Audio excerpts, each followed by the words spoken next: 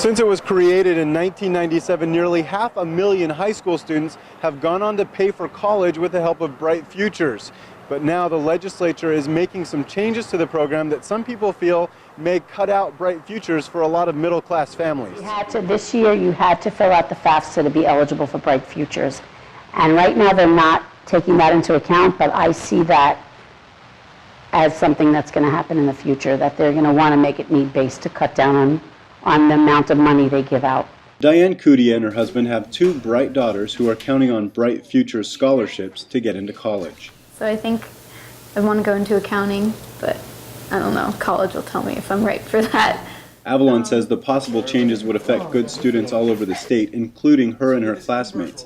They reason that if the legislature is collecting financial information, it makes sense that they'll eventually use it for something. Nobody has an idea of which students, how many students in there actually might be need-based or not need-based. It's just an important piece of information to have. Senator Evelyn Lynn, Republican from Daytona Beach, sponsors the bill, and while she denies any intention of making Bright Futures need-based, she wouldn't give a direct answer on why the data needs to be collected. It's very important for the state of Florida, if we're giving out dollars, to have information on how many of those students are actually in need and would be fit under the category of need-based, and how many would not.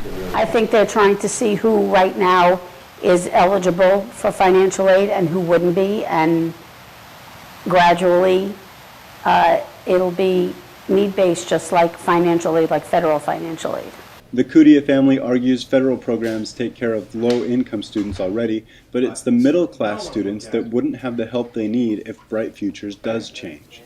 There are a lot of smart people out there that can't afford college on their own, but they're not poor enough to, be considered need-based. I don't think we would be eligible for federal aid because we do have some savings, but retirement is not that far away for us, so that would be something that we would need on our own. As it stands now, the free application for federal student aid is required for a Bright Futures application, but currently there is no legislation being openly discussed that would change the Bright Futures program into a need-based scholarship.